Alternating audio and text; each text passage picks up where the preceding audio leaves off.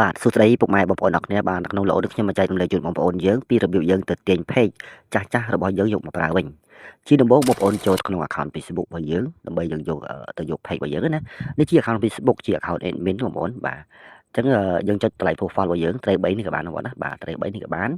បាទឬហើយបងប្អូនស្វែងរកពាក្យថាទំព័របាទបងប្អូនចូលមកកន្លែងនេះក៏បានបងប្អូនណាបាទ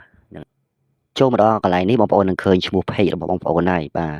ហើយបងប្អូនបង្កើតប៉ុន្មានហ្នឹងគឺនៅកន្លែងនេះទាំងអស់បងប្អូនអញ្ចឹងសម្រាប់បងប្អូនដែលមាន page ច្រើនបងប្អូនចុចលើខាងក្រោមគេនេះបងប្អូនបាទអញ្ចឹងគេនឹងបង្ហាញឈ្មោះ page បងប្អូនណាបាទខ្ញុំឧបមាបងប្អូនមើលណាបាទអញ្ចឹងបងប្អូនចង់បើក page យើងយកមកប្រើវិញទាញយក page យកមកប្រើវិញបាទឧបមាខ្ញុំយក page មួយនេះបាទអនុស្សាវរីយ៍គ្រប់ខេត្តបាទខ្ញុំចង់ទាញយក page ខ្ញុំប្រើវិញបងប្អូនចុចលើសញ្ញាបើកហ្នឹងមកបាទរួចហើយបងប្អូនចុចខាងលើគេបាទខាងលើគេហ្នឹងបាទចឹងណាបាទជាអក្សរខ្មែរទេបងប្អូនចុចខាងលើហ្នឹងមកបាទវានឹងចេញជាបដូរទៅជាតម្រង់ page ឲ្យបងប្អូនបាទហើយដល់កន្លែងនេះបងប្អូនចុចសញ្ញាបដូរបាទអញ្ចឹងណាបាទយើងចូលទៅ page របស់យើងណាបាទបងរងចាំបន្តិចបងណាបាទរងចាំមកគេនឹងបង្ហាញបងប្អូនណាបាទអញ្ចឹងណាយើងទាញ page យើងមកប្រើវិញឥឡូវនេះ page យើងបានទាញយក page យើងបានមកវិញហើយដោយជោគជ័យបងណាយើងទាញបាន page មួយហើយគឺ page នេះគឺមានឈ្មោះអនុស្សាវរីយ៍គ្រប់ខេត្តបាទអនុស្សាវរីយ៍គ្រប់ខេត្តជា page ថ្មីរបស់ខ្ញុំបានបង្កើតបងប្អូនបាទខ្ញុំធ្វើល្អដើម្បីចែកចម្លែកជូនបងប្អូនយើងពីរបៀបយើងទាញ page យកមកប្រើវិញឥឡូវយើងបាន page យើងមួយហើយបាទយើងបាន page យើងមួយហើយបាទយកមកប្រើវិញហើយបាទអញ្ចឹងណាបាទមិនបាច់បង្កើតថ្មីបងប្អូនបាទគឺរបៀបទាញគឺមានតែប៉ុណ្្នឹងឯងបងប្អូនណាបាទអញ្ចឹងបងប្អូនសាកល្បងខ្ញុំបញ្ជាក់ប្រាប់បងប្អូនមកទៀតឥឡូវយើងចូលទៅក្នុង account admin របស់យើងវិញអានេះជាតម្រង់ page បងណាបាទយើងទាញបាន page នេះមួយណាបាទឥឡូវបងប្អូនចូលទៅក្នុង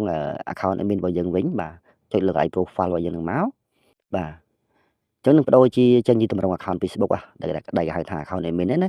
បាទគ្រប់រង page ណាបាទឥឡូវចូលទៅជាតម្រង់ account admin របស់យើងវិញឧបមាណាបងប្អូនណាបាទអញ្ចឹងណាបាទឥឡូវយើងចុចទៅកន្លែងសញ្ញាត្រី3នឹងដដែលបាទយើងទៅរកឈ្មោះ page យើងម្ដងទៀតបាទយើងទាញបានមួយហើយមិញបាទហ្នឹងហើយយើងចុចកន្លែងសញ្ញាតំពោហ្នឹងមកបាទឥឡូវបងប្អូនចង់ទាញ page មួយណាទៀតបងប្អូនណាឥឡូវយើងបានមួយណា page យើងខាងលើនេះអញ្ចឹងណា2ខាងលើ